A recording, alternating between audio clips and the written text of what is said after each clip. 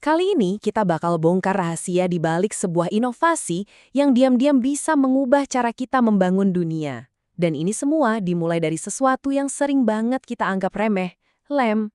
Pernah kepikiran gak sih, dari furnitur di rumah sampai gedung-gedung tinggi, apa sih yang sebenarnya bikin semuanya nyatu dan kokoh? Jawabannya mungkin bakal bikin Anda kaget. Yap, bener banget. Sebagian besar lem super kuat yang kita andalkan itu asalnya dari bahan bakar fosil. Emang efektif sih, tapi ada harganya. Dan ini bukan cuma soal uang. Oke, mari kita mulai bagian pertama. Kita lihat kenapa ketergantungan kita sama lem dari minyak bumi ini jadi masalah yang cukup lengket dan harus segera kita beresin. Jadi, lem konvensional kayak fenol formaldehida ini ada di mana-mana. Bahan dasarnya minyak bumi, sebuah sumber daya yang nggak bisa diperbarui dan kita semua tahu dampaknya ke lingkungan itu besar. Karena pemakaiannya masif banget, ya masalah yang ditimbulkan juga jadi sama besarnya. Tapi gimana kalau solusinya selama ini ternyata ada di sekitar kita? Tersembunyi di dalam pohon. Yuk kita masuk ke bagian 2 dan kenalan sama calon pahlawan kita, lignin. Lignin ini pada dasarnya adalah lemnya alam.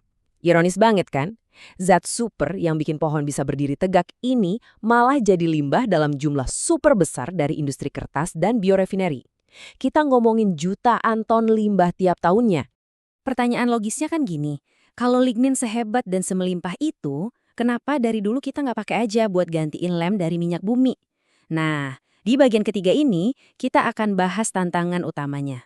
Jadi, masalah utamanya ada 2. Pertama, lignin teknis. Itu lignin dari limbah industri ya, sifatnya padat dan kental banget. Coba bayangin benang kusut, nah kayak gitu, susah diaplikasiin. Kedua, dan ini yang paling penting, titik sambungan kimianya, tempat dia seharusnya bisa berikatan biar jadi lem kuat, itu kebanyakan nggak aktif atau keblokir. Dan kalau kita paksain pakai metode lama, ya hasilnya begini. Kita cuma dapat resin yang gelap, kental, dan yang paling parah, lemah. Lem kayak gini jelas nggak akan bisa bersaing sama standar industri. Buntu deh. Tapi sekarang kita sampai di titik baliknya. Para peneliti akhirnya nemuin terobosan. Mari kita lihat bagian keempat, solusi cerdas dalam 2 langkah. Nah, gambar ini ngejelasin semuanya dengan jelas banget.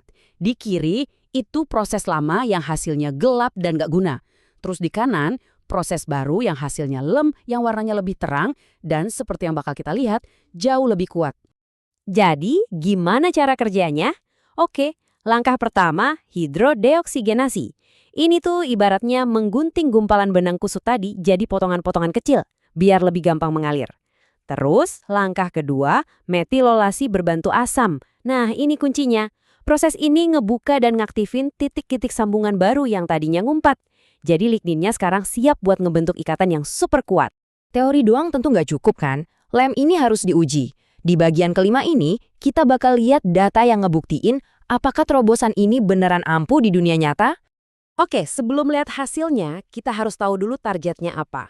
Menurut standar industri, lem kayu lapis itu harus punya kekuatan basa minimal 0,7 megapascal. Anggap aja ini garis finish yang harus dilewatin. Nah, ini dia yang menarik. Lihat deh perbandingan langsungnya. Metode lama yang pakai besa itu bahkan gak nyampe target sama sekali. Tapi metode baru yang pakai asam dengan gampang ngelewatin target itu. Ini bedanya antara gagal dan berhasil. Dan inilah momen puncaknya. Lihat angka-angka ini. Lem lignin yang baru ini bukan cuma memenuhi standar 0,7 MPa, tapi jauh melampauinya. Kekuatan basahnya sampai 1,24 MPa. Kekuatan keringnya bahkan lebih tinggi lagi. Ini sih kemenangan telak. Nah, dari data-data tadi, sekarang kita lihat produk jadinya. Inilah kayu lapis yang dibuat pakai lem baru ini. Kuat, ramah lingkungan, dan yang penting dibuat 100% tanpa bahan kimia fenol dari minyak bumi. Pasti kita penasaran kan, apa sih rahasia di balik kekuatan yang luar biasa ini? Yuk kita intip lebih dalam lagi, sampai ke tingkat mikroskopis. Ternyata kekuatannya datang dari 2 hal. Pertama, bisa kita lihat di gambar mikroskop. Lemnya itu meresap ke pori-pori kayu.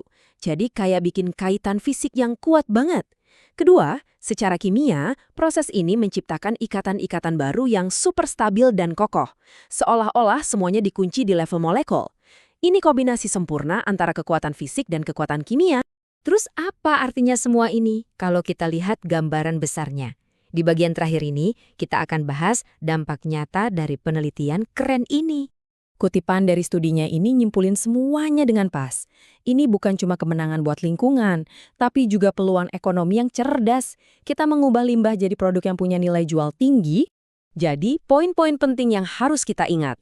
Kita ambil limbah dan mengubahnya jadi sesuatu yang berharga. Kita kurangi jejak karbon dengan beralih dari minyak bumi.